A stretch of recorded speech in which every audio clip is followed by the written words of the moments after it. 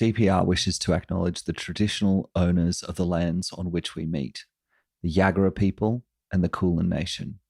We pay our respects to elders past, present, and emerging. Always was, always will be, Aboriginal land.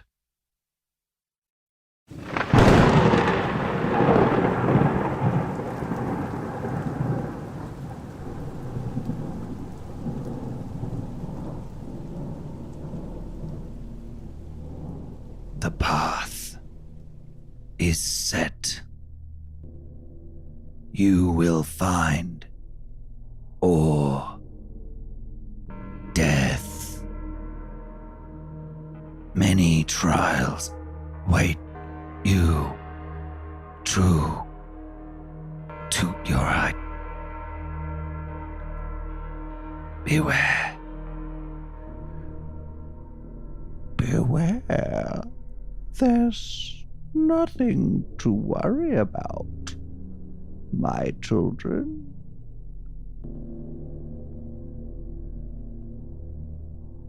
Silence cloaks the land of Barovia. It lays heavy, like the ever-present blanket of fog. At the edge of the thick forest, dew droplets condense and fall to the ground, their soft patter breaking the eerie quiet. Thump, thump, thump, thump. They splash on the ground, spilling their life-giving waters. Thump, thump, thump, thump. Their patter is underscored by a distant thumping. Far to the east, atop the tallest tower of Castle Ravenloft, Strahd broods beside a great crystal heart. The sound of rushing blood and the rhythmic pumping of the heart fills the chamber, growing stronger and stronger, until at midnight red light streams from the windows, red rays spearing out across the land, seeking the parts where darkness lays heaviest. One ray reaches through, caressing the turned soil of a nearly fresh grave, an unusually wide grave.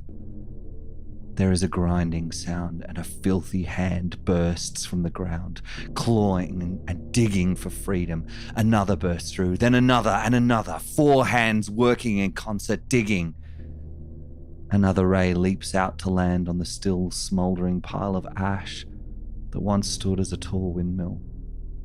From beneath the heaps of charred scalps, a hand bursts out, scrabbling at the pile. It's joined by a claw, cracked and burnt and snapping its way to freedom. The last ray, the strongest, the darkest red, reaches with purpose the furthest across the veil. It spears down and through the tangled grapevines to land on a small hill. It glows and pulses on a fresh grave, the flowers atop it still flush with colour. The dirt mound begins to shift and tremble, and dirt and pebbles cascade down its side into a pattern at its base. A pattern that spells DPR, Curse of Strahd.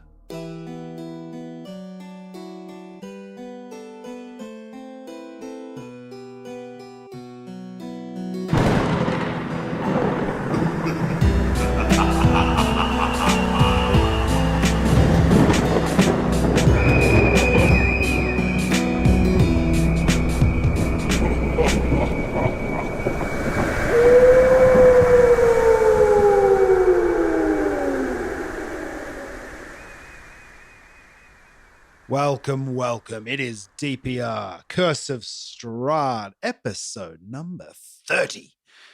And like a snake eating its own tail, we thought we would Aurora Boreas ourselves, give ourselves a little pat on the back and give you a little treat, a little clip show on episode 30. It's just highlights. So if you've heard it all, if you've listened to this point, I'm kidding. It's us. We're just doing a normal show. It's episode 30. And if that intro is anything to go by, nothing new here. Nothing. Same old stuff, different It's day. just the same. Greg, you should mix the intro up, man. The same intro week. Yeah. I know. Yeah. I was just hoping for another intro show where we do 30 odd minutes of intro and 10 minutes of game. Greg, that can still happen. Well, if we're revisiting our old characters, then we're going to have to do an extended episode. The wind rustles the hair. No, hang on. Not again. Hey, my name's Emil. I'm playing this week, as I play most weeks, Sonny Bono, the sentient sunsword, sworn enemy of Strahd, and current occupier of the Rag and Bone Man, fat as he is bald, pudgy, cankles, cart full of random shit, all of which will make for some hilarious, prop gags, I'm hoping. That's me. Don't forget the savage hemorrhoids, mate. I was trying to, hadn't until now. You hadn't taken a step yet. Well. Tiny dick, massive hemorrhoids. Hang on, I thought this was supposed to be role playing. Right. Speaking of tiny dicks, Ben, your turn. Oh, how did I know that is what was going to be said? Because I am the member of DPR with the tiniest dick. My name is Ben, and including me. Yeah, right. Yeah. I play Ragyog, the Goblin Cleric of Lathander. He's packing, but nobody knows that. Yeah. The Dirty 30 episode, anything could happen. He's feeling a little bit uncomfortable, however. That he would be with all that meat. Yeah.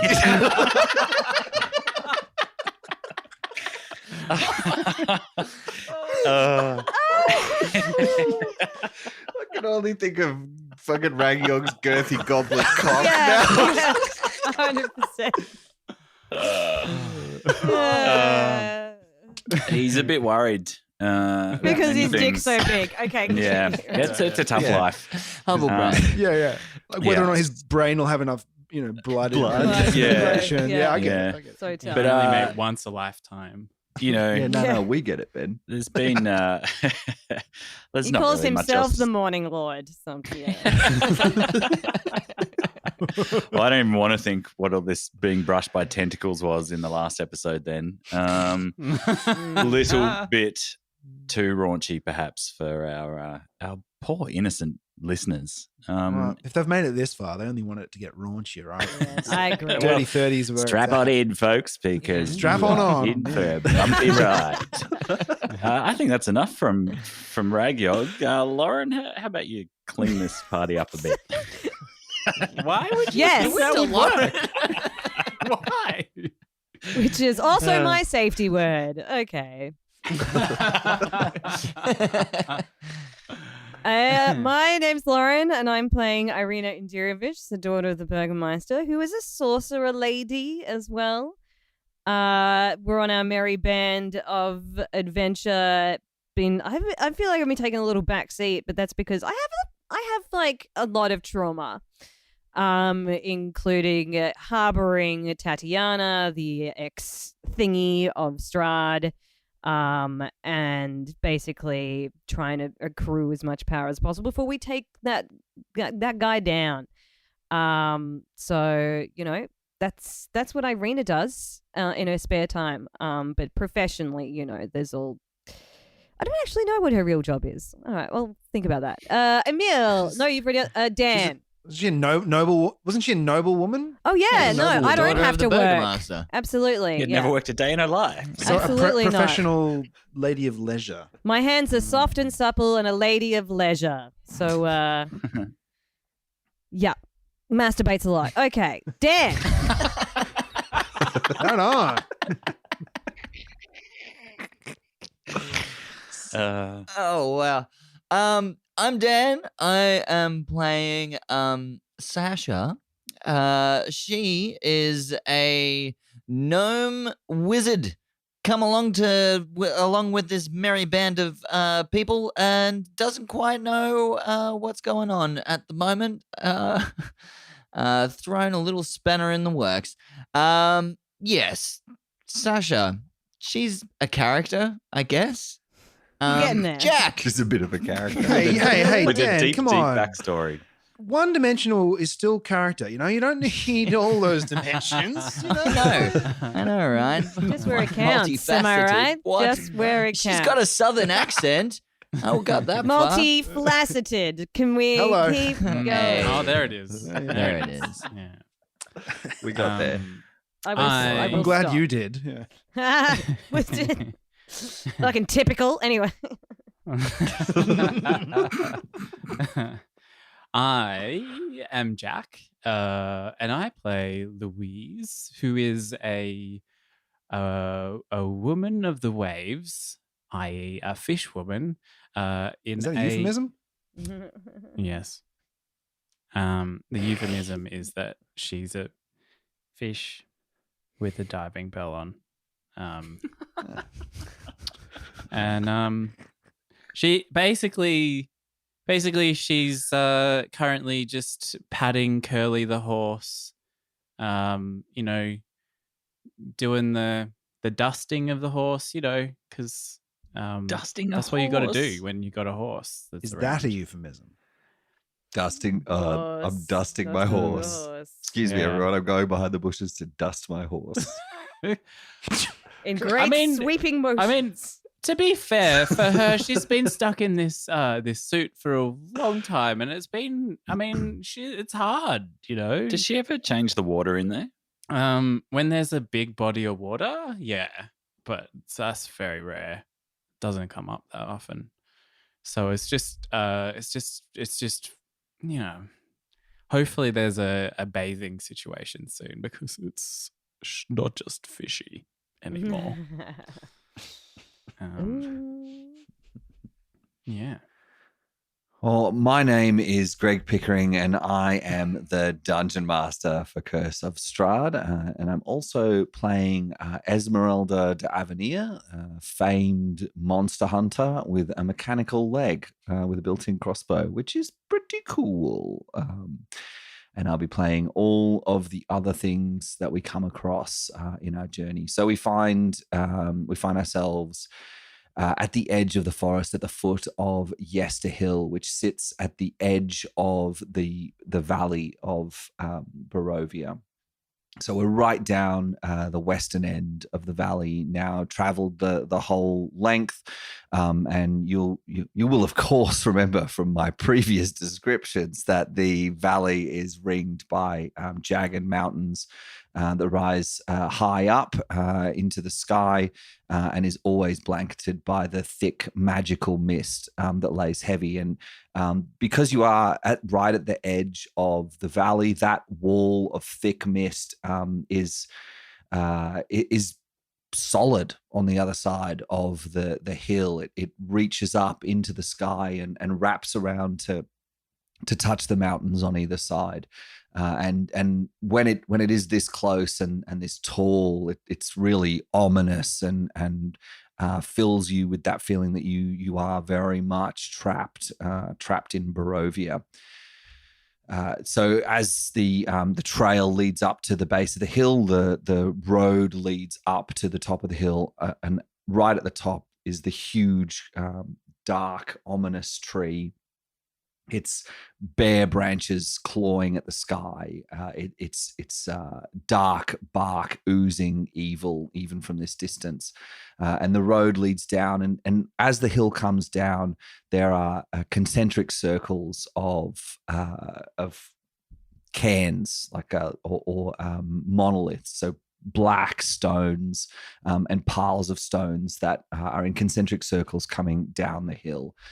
So you as you near the edge of the forest, before you sort of come out onto the hill, you slow to take this sight in before you. And the hill is very steep. It rises up a good 500 feet to the top.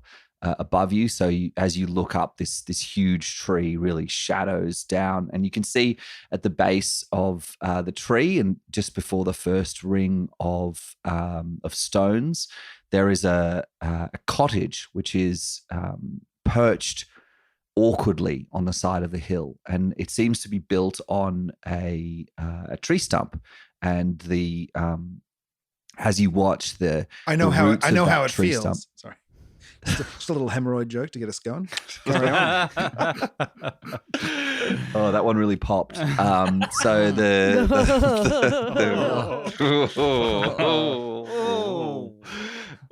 I've got a cream for that, Sonny. It's okay. The pop filter didn't even stop it. The roots, as you watch, the roots of this tree stump that forms the base of this cottage writhe in the ground as it sort of settles into its spot. And in front of the cottage is a giant upside down skull.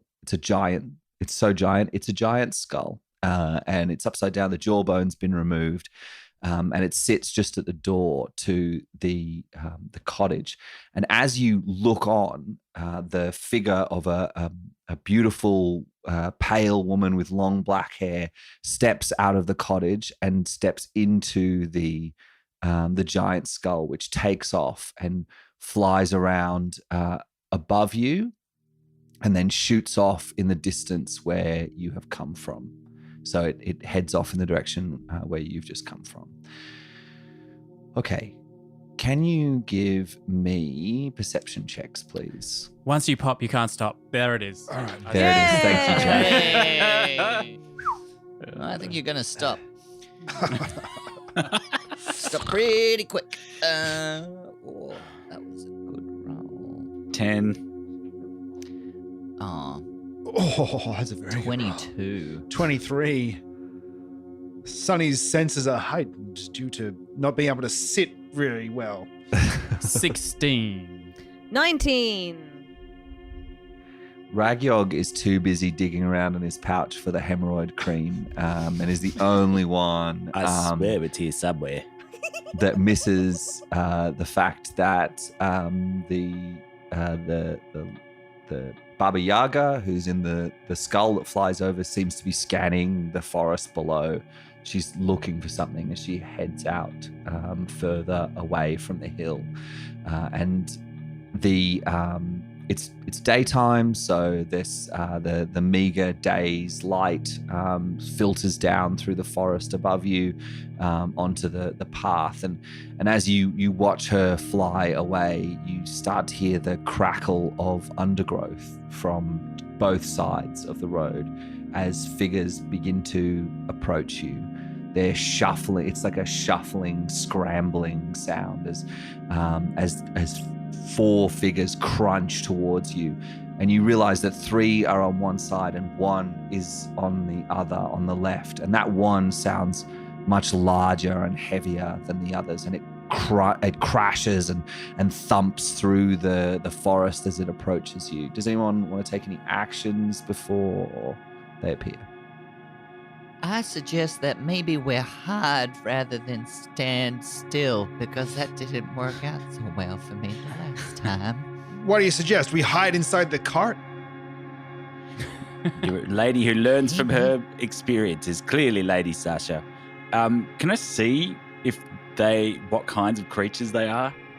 You can't see him at all, right? You didn't have a good enough perception check. You didn't see shit. No, he said I couldn't see old mate in a skull ship scanning stuff. Or did I not see these things either? You hear them approach, but you're the last of everyone to hear. But no, you can't see them through the thick forest. The forest on either side of the road is really dense. You can probably see about 20 feet in. By the light of the Republican Party! And he holds his sword aloft and casts Light the Cantrip. Louise. Did Louise see anything?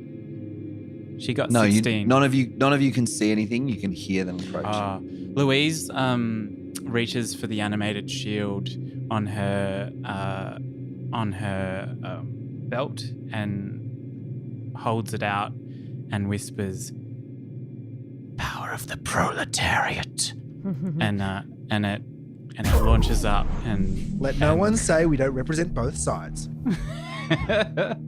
exactly. And and the shield launches up and a sort of a blast of wavy like watery vapor encases the. Are we on a cart? Yeah. Yeah, the cart. You remember in the wagon.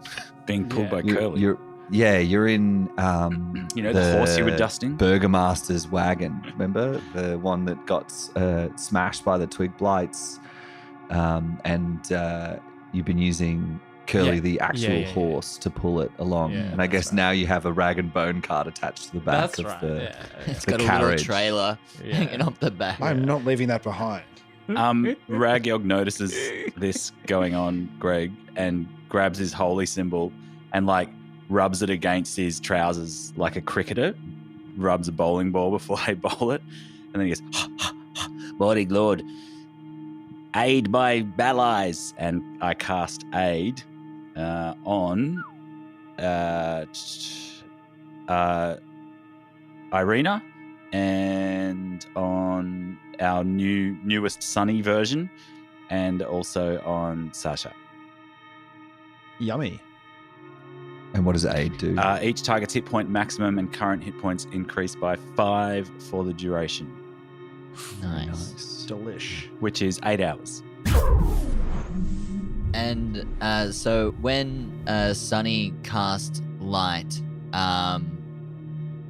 Sasha, after just saying that maybe they should hide and is feeling very self-conscious about what was after the last time that she said about just standing still, she starts to mutter to herself and starts to draw symbols in the air around herself, and then suddenly she vanishes as she has cast invisibility.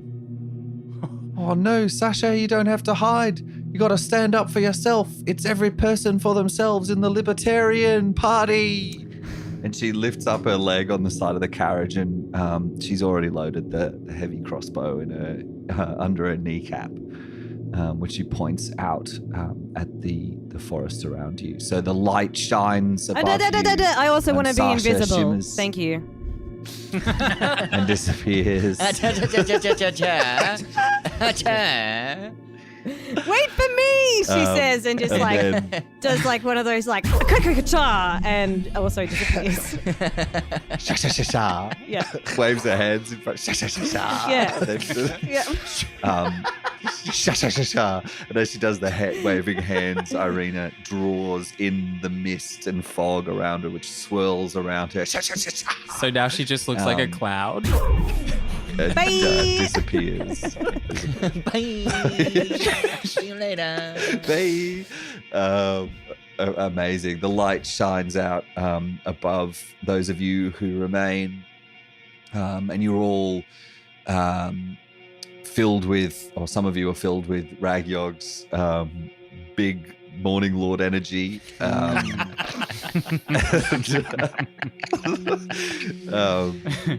And figures crash through the underbrush to surround the carriage. So the carriage is in the center. You're all arrayed just on it or around it, and the forest presses on either side. So the road here is 20 feet wide, and it's difficult terrain as soon as you hit the underbrush, and you hear them crashing and raking through the brush. They have rakes. And suddenly, 3 vampire spawn appear on your right. It is George W. Bush, Ellen DeGeneres, and the 3rd vampire spawn, Ricky Gervais. And, Correct. Is he making monkey noises? On the left side, yes. On the left side, the forest crashes and this huge hulking figure smashes through the undergrowth to appear a huge double-headed vampire spawn it in a ripped and tattered horse costume, wielding an accordion. It is the Siamese twins. The conjoined twins, Franklin and Jerry, in vampire spawn form. You're back, guys. Back to wreak havoc, sir. Please pass me your neck. Beautiful. Can you all roll initiative for me, please? Hang on a second. I recognize him. Oh, damn. 20. A trifling 3 for Sonny. 17. 12. 4 for Sasha. Okay, so Franklin and Jerry smash out of the left-hand side, and they look around, and seeing no familiar faces, they rush to attack. But you are all prepared for them. Ragyog, you get the first go. Now is a good time to take a moment to thank our Patreon subscribers who make this and all of our other spin-off shows possible. Spin-off shows may not be available in your region. Please check your local guides to see if your spin-off shows are available there. We really appreciate our Patreon subscribers who subscribe and subdue everything we do, and we love them very much. So if you want to join, then do that. www.patreon.com/dice-paper-roll. If you don't know how to spell it by now, then get on out of there and learn, because it's dice, regular spelling, paper, regular spelling, roll with an E on the end, because 2 puns are better than 1.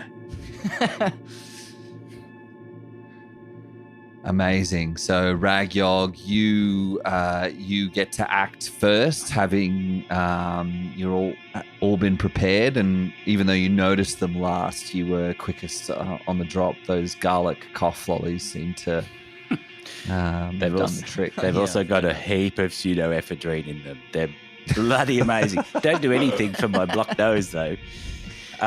Incredible. It's just because it's a deviated septum, not a.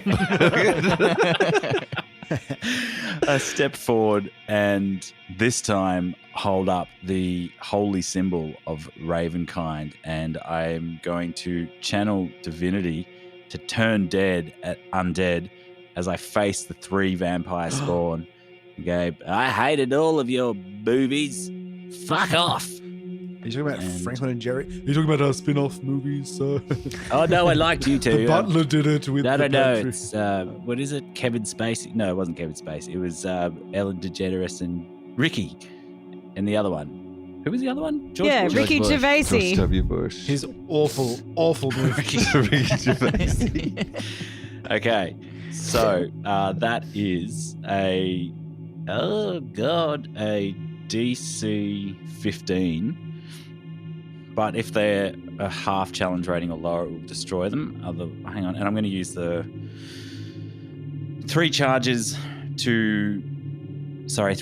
from the Holy Symbol of Ravenkind, which means they will have disadvantage on their saving throws against the effect.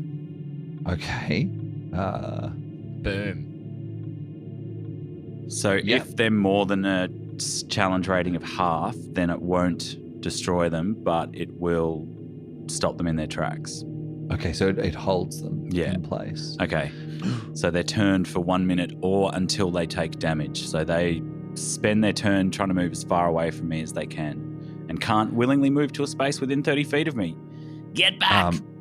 Get back! Fantastic. So you hold up the amulet of Ravenkind, your holy symbol of Lathander, still in your other hand. And as you channel the positive cleric energy that you wield through this symbol, the usual turn energy glows a crimson red as it is funneled through the ruby that sits in the center of the amulet of Ravenkind, and you can feel it get cold against your skin as that red magical energy surrounds you and touches each of the vampire spawn.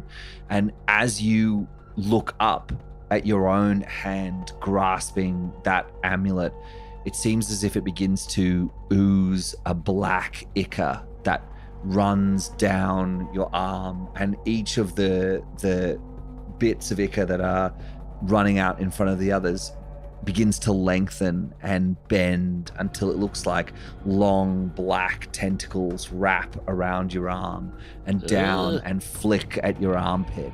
And just as you finish channeling the positive energy, do you want to keep going? Do you want to let it go? How do you react? Well, it's an action to do it, but I think when I see that, I drop the amulet on the ground at my feet.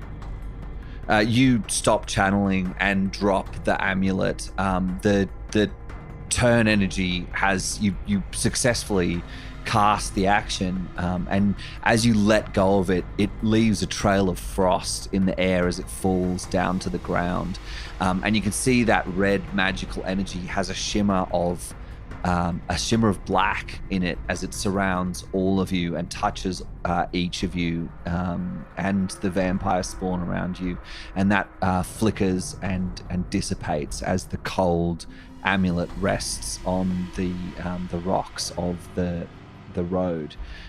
Each of the vampires, they're covered in the red and black energy that swirls around them, and you see their lips peel back and bare their fangs in terror as they each turn and flee into the woods one by one. Ellen DeGeneres tearing off into the underbrush, branches and twigs scratching at her perfectly manicured fingers, and George W. Bush rummaging through the bushes with his perfectly manicured fingers, and Ricky Gervais just trying to dig his way out with his thick sausage fingers. Dig up, Ricky. Dig up. Yeah, that's right, Ellen. Just keep running. Just keep running. Franklin and Jerry, their teeth, their lips peel back from their teeth in a rictus of pain and frustration, and they look forward, but they refuse to be cowed. They've been servants for far too long, their entire lives, and now is their time to stand for a new master. Strahd, get them, Franklin. Oh, surely we're going to give you a right rotting. A real biting. We're coming for you, for your necks and for your ankles, and then we'll do your shoes and we'll launder your pants, and then we'll bite you again. And then we'll make you a big old coffin. Yeah, you say those things. So, Ragyog, is there any further actions you wanted to take? Are the tentacles still on my arms? Gone. Are they Disappeared. coming as soon as out you of let the go. amulet still? Nothing. No sign that they ever existed. It's almost as if it's a figment of your imagination. All right, I've about to ask. reached down and I'm going to grab the amulet, pick it up, and put it in my pocket.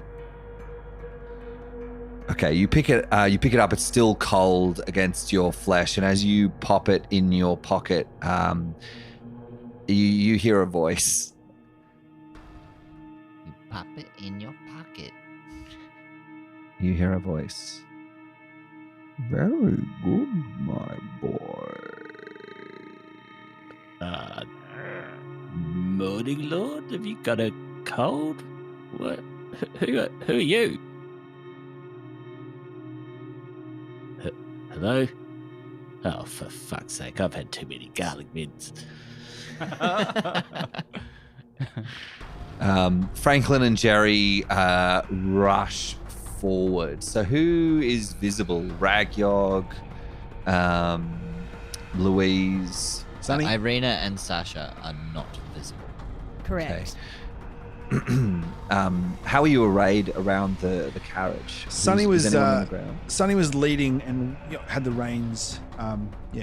Because nobody could see him pick his hemorrhoids that way. Louise is standing on the top of the carriage with her shield and sickle out, and in it's quite a good silhouette. It's sick. Come on, we get it, Jack. We get it. Ragyog is on the ground because he had to pick up the amulet. Which side is that on? Sorry, for the right. three. The right. Yeah. The far right. The far right. Franklin and Jerry No, that's me. annoyed at the Franklin and Jerry annoyed at the sight of a commie standing on top of the carriage. Because of course they're dyed in the wool fascists. Rush the carriage and scramble up to attack Louise. Sick. I can't see where to bite, Franklin. It's got to be around here somewhere. What's your armor class, Louise? That would be 20. 20. Yep. Damn. Okay, so Franklin and Jerry's claws scrape at the leg plates of your armor, unable to get their way through, but they are able to grab a hold of your leg armor and lift themselves up and bite down into your ankle, just right into the fleshy bit on top of your ankle. Hey, So they Jerry, what color is the communist's blood? Is it blue? It's red. Oh, I see. That's pretty funny. They say as they drink Louise's blood. Louise takes 13 hit points of damage as they drain her life force through her ankle. Why has Franklin and Jerry turned into fucking Waldorf and Statler Waldorf? If you came for originality, you're in the wrong place. Ours is not to question why. Exactly, Irina. Irina is invisible. She's wants to, so no one can see her. So they can't see her cast a spell either. That's right. Yeah. Great. So she's gonna just cast a fireball at Franklin and Jerry. Is that gonna hurt Louise though? Because I don't want to do that. Can I do something more subtle? Too late. I gotta say, Lauren, of course. that stings, or it's going to. No, it'll burn. That's a 20-foot radius blast. So Oh, it's like okay, a sorry. 40-foot across fireball. No, it's okay. I mean, feel free. It's, I don't want how to does do. Irina feel? I don't want to hurt It anyone. may be a blow little everyone. But I also collateral don't damage. like that. Yeah. Can I? I mean, You I've hate got people like, ripping off the Muppets? Me too.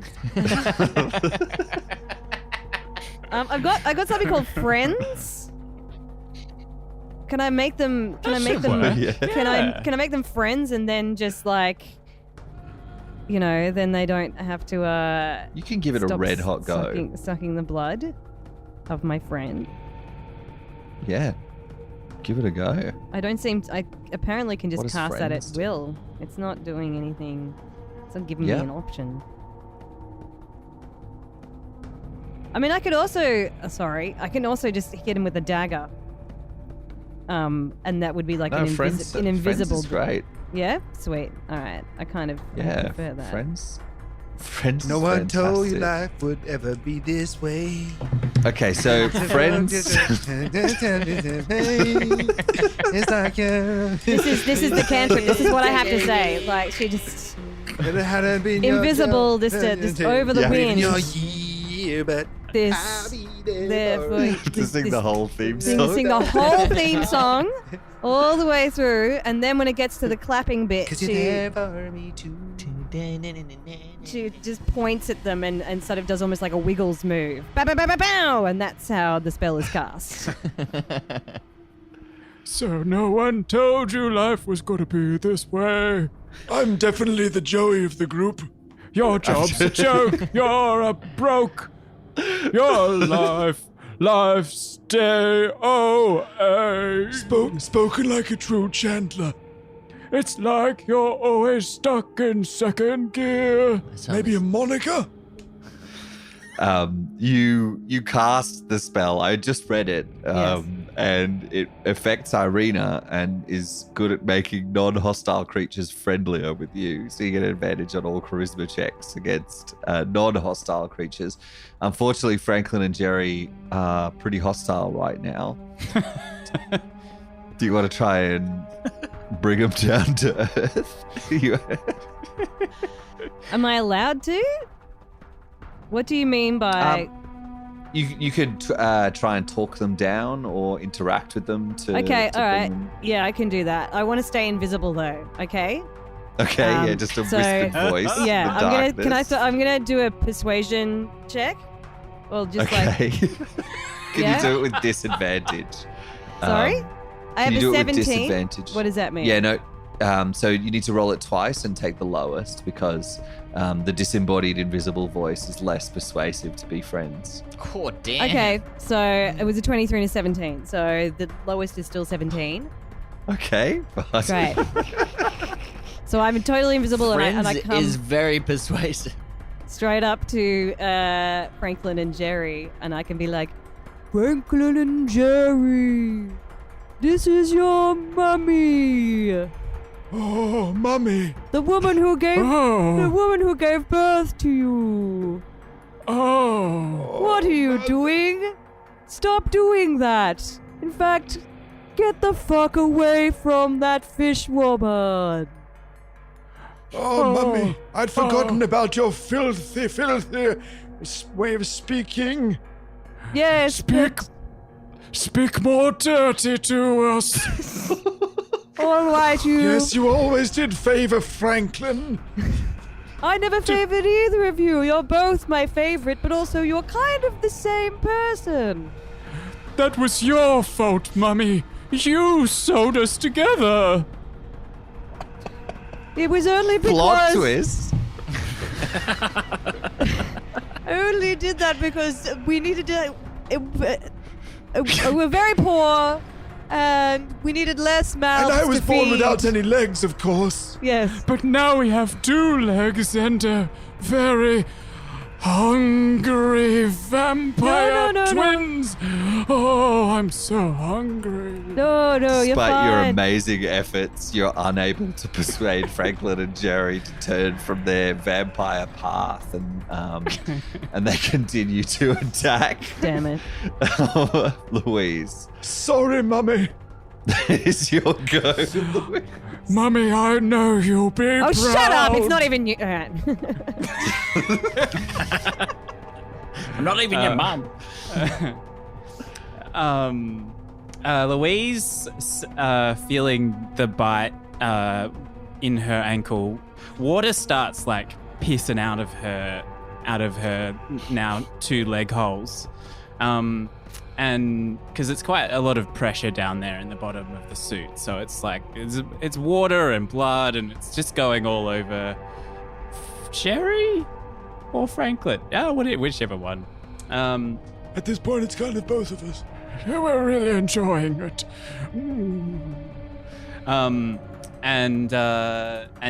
And she is pretty pissed off about this. So she turns to both Jerry and Franklin, raises the sickle, and says, "Get the fuck off my feet," and then slashes both of them with her sickle. And I think probably a divine smite, probably in order here, Yeah, cool. which I can't find. So just roll your attack. Yeah.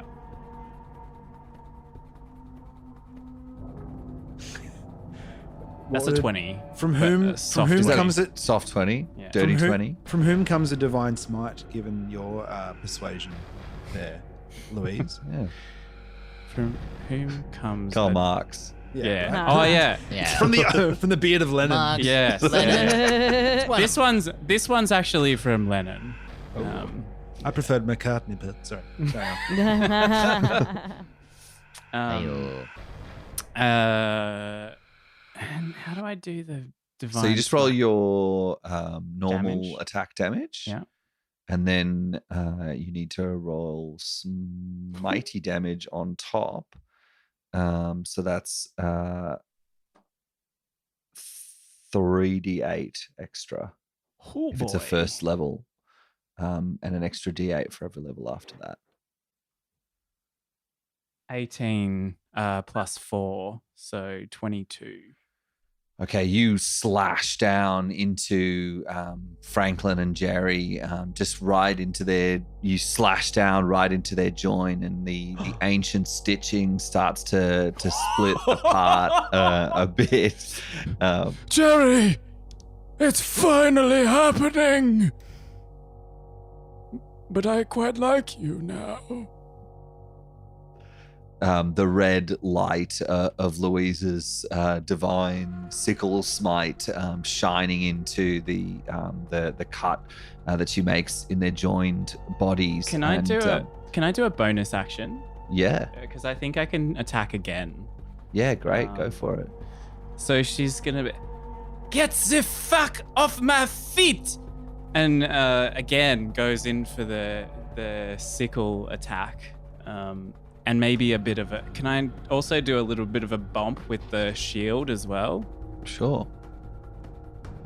Oh, that's not as good. 14 to hit? No, that misses. So you swing down, and Franklin and Jerry, reeling from the cut, sort of shuffle backwards and slip down from the side of the carriage, and your sickle blade smashes into the side of the carriage. That's right, Franklin. Roll from the pulleys like Mummy taught us. Oh. Okay, Sasha. Whoa. You're on top. Now I'm on top. Now you're on top. Now I'm on top. This is why I killed them.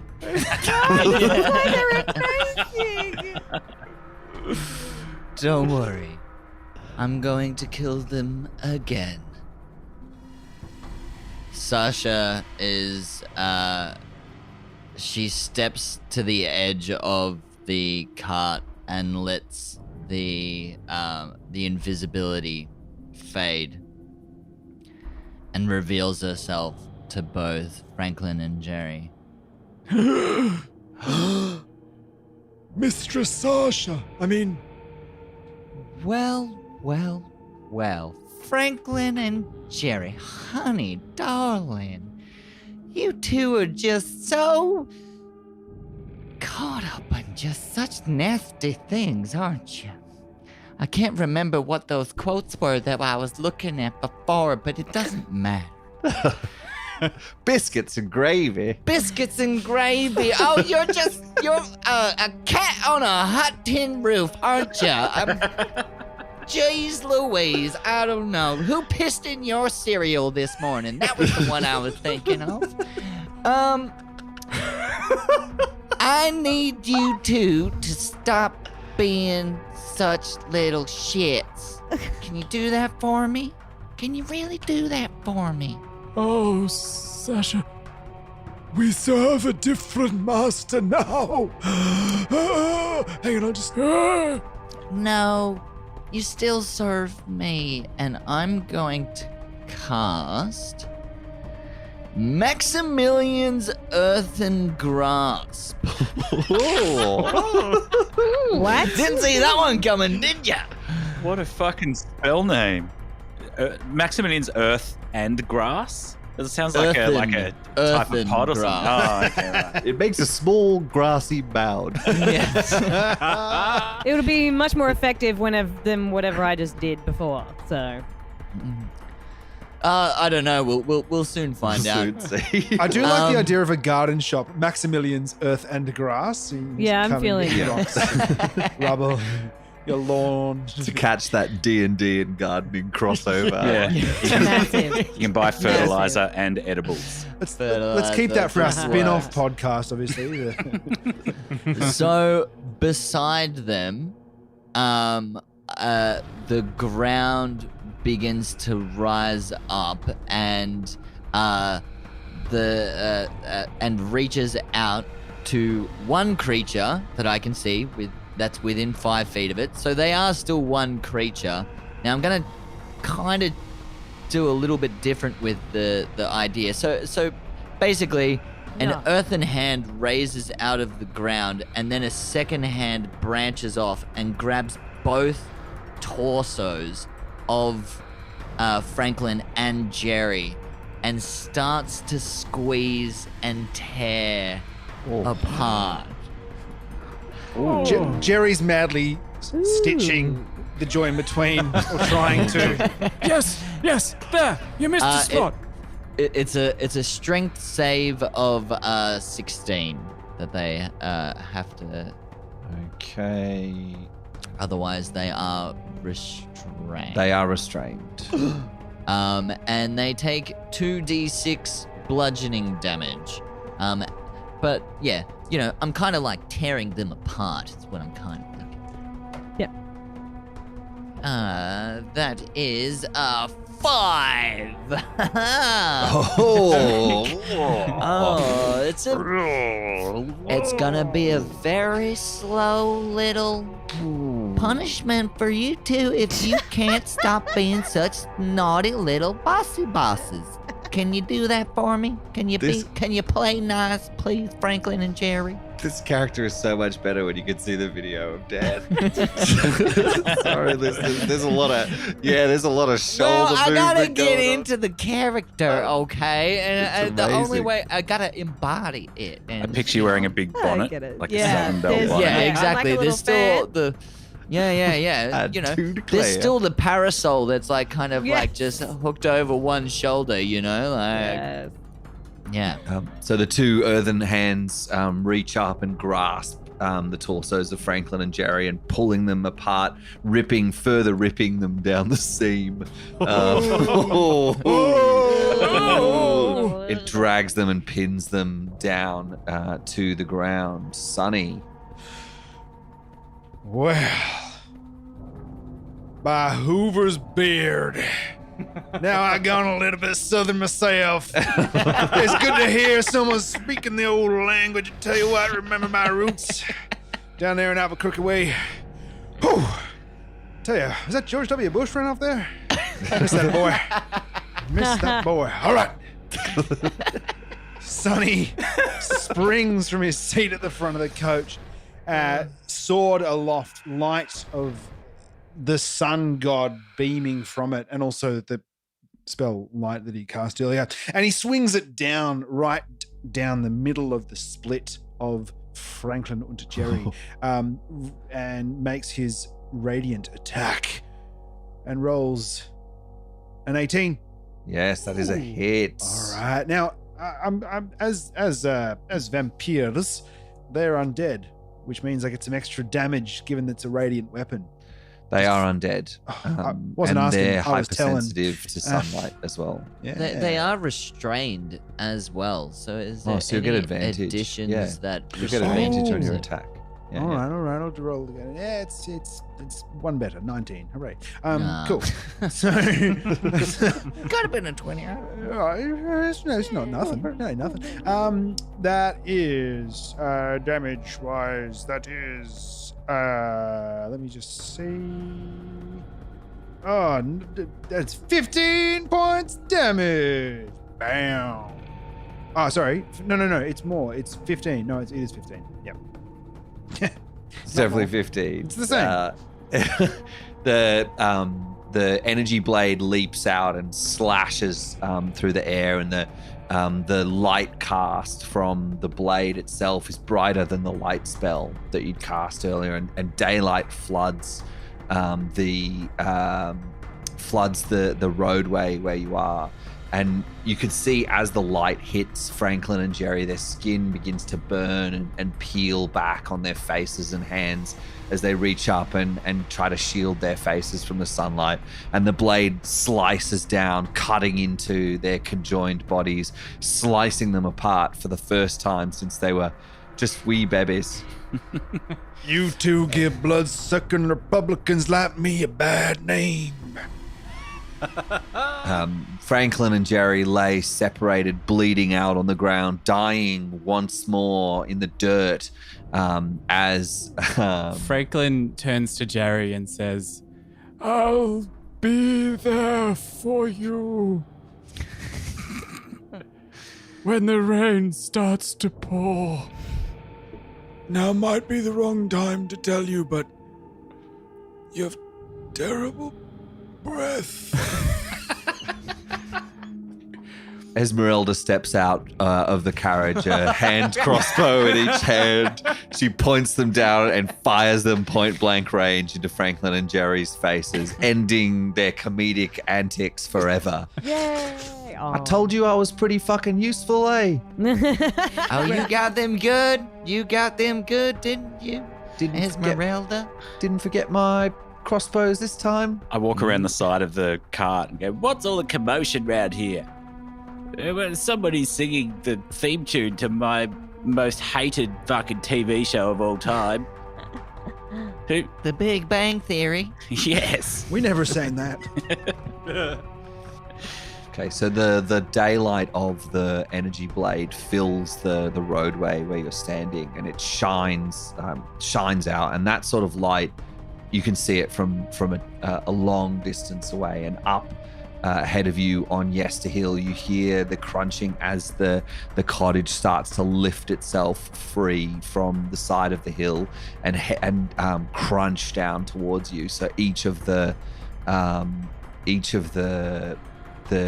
roots digging into the ground as it climbs its way down the side of the hill, and off in the distance, from the way you've come up in the sky, you hear a screech of frustration as Baba Yaga sees the flash and turns to head back towards you. Okay, so where are we headed? Can I What are just we quickly doing? ask, Yes. when old mate shit, sorry Ben, I totally forgot. Ragyog. Ragyog. Sorry. Wow, Ragyog 30 episodes? I know, And, that was real bad. I know, I just had total mental blank. I'm sorry. alright. Ben's had the Um, one character the entire time. The only person. The only one that person hasn't died. that has I know. I'm sorry. I just I'm had the a mental one blank. with the big I'm dick sorry, Ben. energy, Dan. Yeah, right? Come on. Did everyone else see the black tendrils, or did it was No. just no one saw anything? No Okay, one saw I it. wanted to just. I saw Awesome. one big black tendril. I don't know about that. Big tendril energy. Oh, God. Guys, there's something coming towards us that I don't think we should be here for. Is it that flying skull again? Yeah, giddy up, motherfuckers. All No, right. it's Yeah. Baba Yaga. That's who we came to kill. That's why we're here in the first place. Yeah, we're but supposed to see them. The perhaps cottage begins to gallop down the hill towards you. The roots like ripping up the sides of the hills. It begins to pick up pace. What do you say, Curly? Should we do it for Reagan? Let's do it for Reagan. Come on, Curly. Everybody aboard. Curly is very incensed at the idea of Reagan, and For Reagan, Curly. Launches- For free. launches into the Ferrari symbol, and who's hit the ground, and he just pelts. And The carriage takes off, rocketing up the road, up the hill towards the cottage, the animated cottage, which is heading down towards you on a massive collision course. Yeah, Irina also rears up into the Ferrari position as well. But she is invisible and no one can see. That one was just for her. Ragyog holding on to the side of the carriage also revs up into the Ferrari position, but also uses it to cast Beacon of Hope on everybody. What does beer can look like? It's a giant beer can. Lathander's brew shimmers above you and casts his and then pours frothy amber light. itself all over us. So it's a giant shoe leaking beer that just pours down on all of you. Buy yourself a Lathander lager. That's morning fresh. as the Lathander lager spills all over everyone, the energy dissipates into you all and bestows everyone with hope and vitality. Each target has advantage on wisdom saving throws and death saving throws and regains max hit points from any healing for 1 minute. Wow. Nice. The carriage, as the beer can pours its frothy amber liquid over each of you, the carriage, ooh, sticky. The carriage hits the bottom of the hill and rockets up. And as it reaches the first row of monoliths, the cottage racing down the hill rears up into the Ferrari symbol, ready to take you on. And as the carriage blasts through the first ring of monoliths, you can see that the mist seems to cling oddly to each of the stones and the cairns around you. And as the carriage starts to burst through, that mist seems to reaches in and envelops each of you, covering your eyes as if you've just burst through a fog wall, and all goes dark for each of you. And I think that is the perfect place to end this episode of DPR Does Curse of Strahd.